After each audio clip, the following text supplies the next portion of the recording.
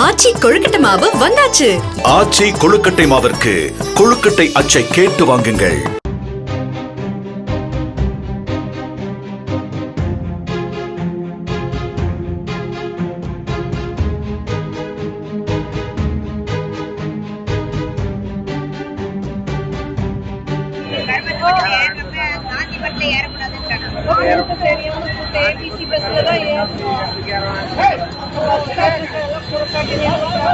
கோவையில் இருந்து இரவு திருப்பூருக்கு செல்லும் ABC என்ற தனியார் பேருந்தில் சோமனூர் அருகே உள்ள செந்தில் நகர் பகுதியை சேர்ந்த பெண் பயணி ஒருவர் தனது கைக்குழந்தை மற்றும் தனது கணவருடன் கோவை மத்திய பேருந்து நிலையத்தில் ஏறியுள்ளார்.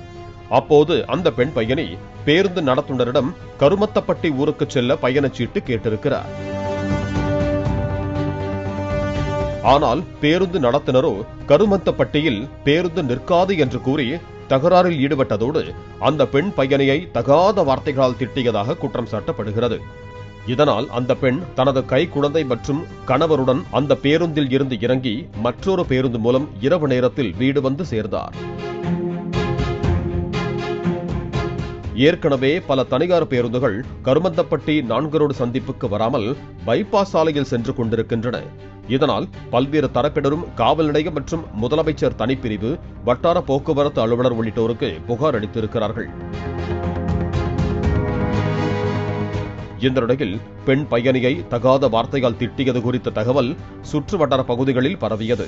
இதனால் ஆத்திரமடைந்த பொதுமக்கள் அந்த தனியார் பேருந்தை மறுநாள் காலை கருமத்தப்பட்டி 4 ரோடு சந்திப்பில் சிறைபிடித்து வைத்தனர்.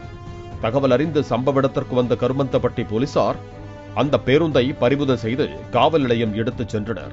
இதனால் அப்பகுதியில் பரபரப்பு ஏற்பட்டது.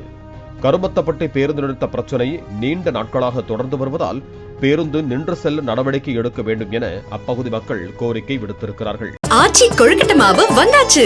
ஆச்சி கொழுக்கட்டை மாவிற்கு கொழுக்கட்டை அச்சை கேட்டு வாங்குங்கள். பிளே ஸ்டோர் மற்றும் ஆப் ஸ்டோரில் இருந்து பாலிமர் செயலியை QR கோடு மூலம் பதிவிறக்கம் செய்யுங்கள். செய்திகளை உடனுக்குடன் பெறுங்கள்.